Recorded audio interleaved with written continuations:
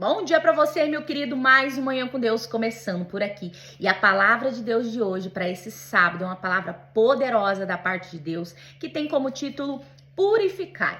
Eu quero ler com vocês Gênesis capítulo 34, versículo 2, que diz: Então disse Jacó à sua família e a todos que com ele estavam: Tirai os deuses estranhos que há no meio de vós e purificai-vos. Eu mudei as vossas vestes. No versículo 1, Deus diz a Jacó: levanta e sobe a Betel, que significa casa de Deus.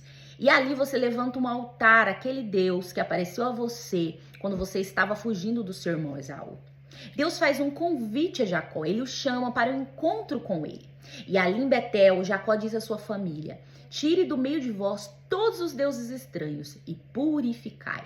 Quando Deus chama Jacó para esse encontro com ele, ele entende que tinha chegado a hora de ele e sua família se limpar, se purificar.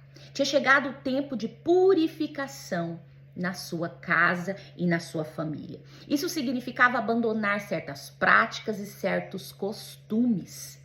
Isso significava mudar as suas vestes para começar um novo tempo no Senhor. Na palavra de Deus diz: sem santidade ninguém verá a face de Deus. E esse versículo fala sobre duas formas de ver Deus. Aqui na terra, como uma experiência sobrenatural, aquele que não é santo, sem santidade, aquele que não tem santidade não verá a face de Deus aqui na terra como uma experiência sobrenatural.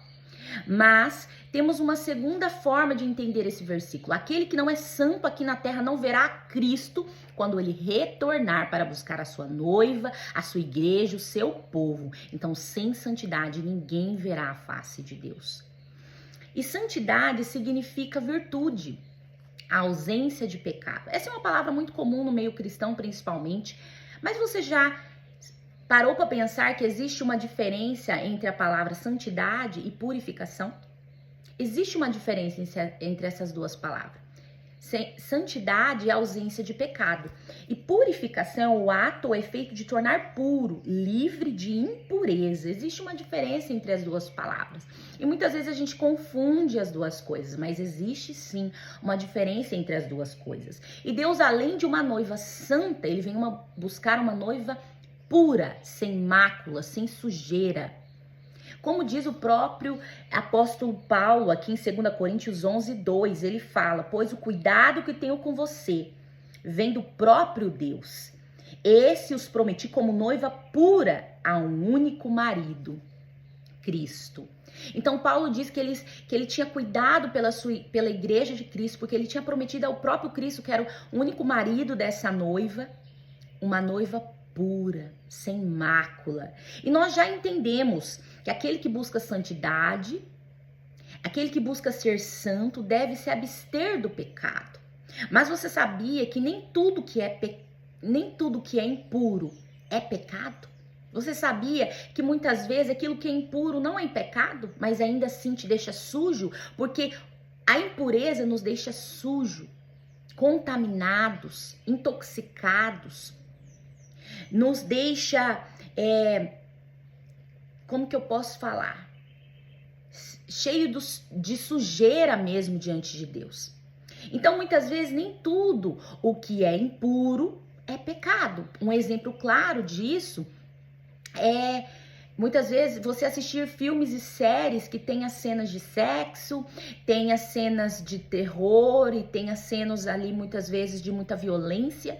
Aquilo não é pecado, mas nos contamina nosso coração e nosso espírito. Outro exemplo também é as redes sociais. Não é pecado você ficar nas redes sociais, não. Mas aquilo te contamina, te suja. Porque ali você rolando tela nas redes sociais, muitas vezes traz inveja ao seu coração. Estimula a fofoca, porque você fica olhando a vida dos outros. Te traz cobiça com a vida do próximo, porque você olha aquilo que ele tem, aquilo que ele deixa de ter. Então aquilo contamina o teu coração. Não é pecado, mas te contamina. E outro exemplo é as músicas, que muitas vezes tem letras que nos estimulam sexualmente, que nos traz pensamentos, comportamentos inapropriados por causa daquela música, que aquilo contamina as nossas vidas mas não é pecado, necessariamente pecado. Então, nem tudo que é impuro é pecado. Existe uma linha muito tênue entre as duas coisas, e por isso que o que é impuro é mais aceito. Muitas vezes não é visto como algo ruim. Por quê? Porque não é pecado. A gente já sabe o que é pecado. A gente já sabe que o pecado a gente tem que se abster dele. Mas o que é impuro, muitas vezes a gente nem se dá conta que aquilo está nos levando também ao pecado de certo modo. E é por isso que passa despercebido nas nossas vidas, e assim nós somos impedidos de ser uma noiva pura, sem mácula ao nosso Senhor. E nós buscamos a santidade, mas esquecemos da pureza, que é importante também. E é a hora que muitas vezes o Senhor Jesus tem razão em nos dizer em Mateus 26, 41, que diz: vigiem e orem, para que não caiam em tentação. Porque muitas vezes a gente nem percebe que estamos caindo em certas armadilhas de Satanás para nos contaminar, nos sujar e nos impedir de estar na presença de Deus. Porque aquele que também não é puro, não tem como estar na presença do Senhor. Então, que eu e você possamos nos abster do que é impuro também. Que possamos buscar do próprio Deus: Senhor, o que contamina a minha vida, me suja e me impede de ser uma noiva pura para quando o Senhor voltar.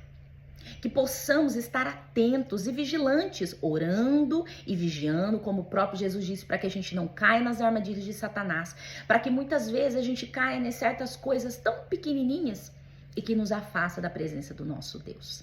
E essa palavra de Deus que eu quero deixar hoje para você, que você entenda que existe uma diferença entre o que é santo e puro. Existe uma diferença, e que essa linha é muito tênue entre o que é pecado e o que é impuro. E que muitas vezes a gente está pendendo para o lado do que é impuro porque a gente não entendeu que o que é impuro muitas vezes nos leva também a certo modo ao pecado e nos tira também a santidade.